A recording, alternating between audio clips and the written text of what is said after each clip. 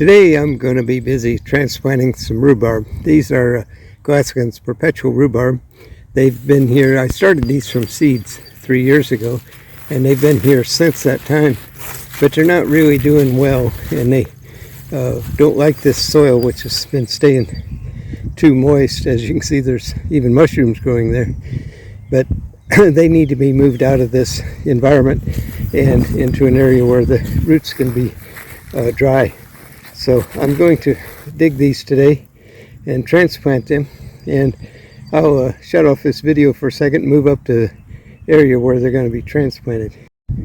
Several years ago, these rhubarb plants here were suffering the same problem as those that's out there, and I got some fire rings and filled them with compost and vermiculite and some peat moss and transplanted them and raised them up off the ground. And they're doing extremely well. In fact, they were just harvested this morning, and we have a couple pies in the oven in there from these.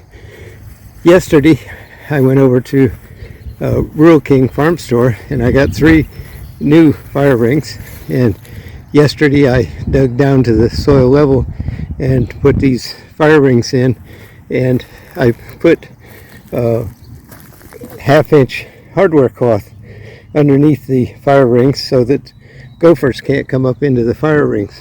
And this is where the rhubarb will be transplanted from out in that other garden. So I have 3 new fire rings, and we'll get to work and get these rhubarb transplanted, and soon they'll look like these do here. They really love these raised fire ring beds because they don't set in water as they do in the heavy clay soil we have. So I'll stop this video and I'll get busy filling these with soil, and we'll try to dig up some rhubarb. Well, I got 3 beds all filled with soil and ready to plant in the rhubarb.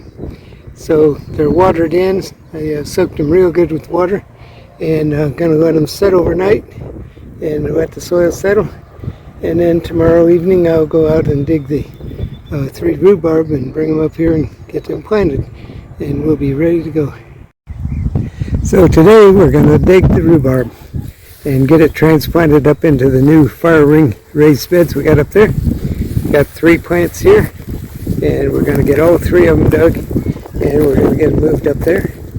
So I'll get to work at digging and pulling these out of the ground, and I'm going to dig wide and deep so that I get the entire plant, because it's really too late in the year to be transplanting these, but they'll do fine if they have all the roots.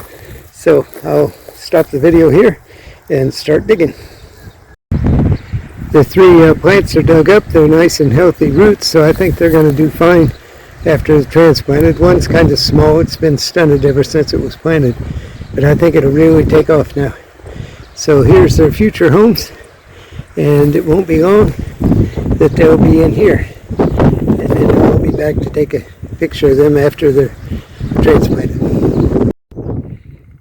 The 3 new rhubarb plants are now in their permanent homes and ready to go. They look just a little wilted after being transplanted, but that's to be expected. They've been watered in, and they'll be watered every day for the next couple weeks until they get their roots established. But it won't be long, and they'll be taking off and growing. And then we'll have a total of 6 rhubarb plants in our fire ring raised beds. And we're eating a lot of rhubarb now off of these 3 original plants, and it won't be long we'll be eating off of these. But normally when they're transplanted, I don't harvest from them the first year. I let them develop the roots and get established. So we probably won't pick any of these this year, and we'll wait till next spring to start harvesting them. But that completes this project, and I'm really happy with the results of it. I think we'll have some good rhubarb coming.